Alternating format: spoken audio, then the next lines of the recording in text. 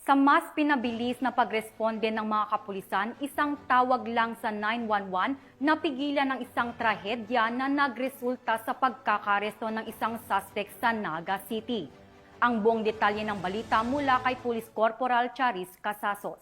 Isang motorcycle rider na nagmalasakit at agad na nagsumbong sa mga otoridad, mabilis na naaksyonan ng mga tauhan ng Mobile Patrol Unit ng PNP Naga City Police Office ang buhay ng isang binatilyong matapos itong saksakin ng isang driver sa Barangay Triangulo, Naga City nitong Agosto 24 taong kasalukuyan bandang alas 3 ng hapon.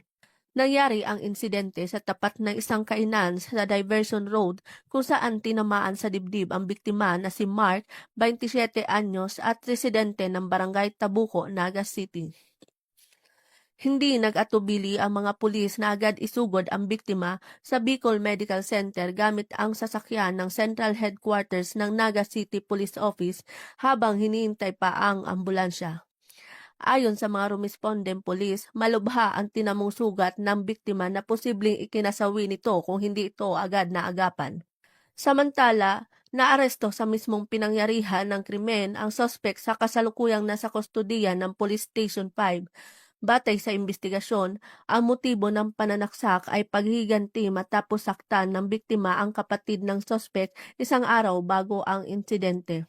Binigyang diin ng pamunuan ng PNP Bicol sa ilalim ni Police Brigadier General Nestor C. Babagay Jr., Regional Director ng Police Regional Office 5, na malinaw na resulta ito ng mahigpit na pagpapatupad ng 5-minute response policy ng kapulisan sa rehiyon.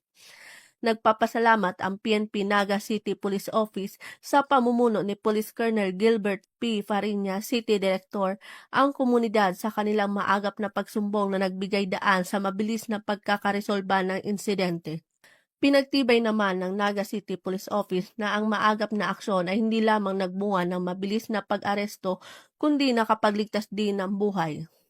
Samantala, nanawagan naman ang kapulisan sa publiko na patuloy na makipagtulungan sa pagbibigay impormasyon sa pamamagitan ng Emergency Hotline 911 upang tiyak na masiguro ang kaligtasan ng komunidad. Mula dito sa Bicol Region, ako po ang inyong PNN Correspondent, Police Corporal Doxy Charis C. Casatos, ang nagad ng batas tagataguyod ng Balitang Pulis.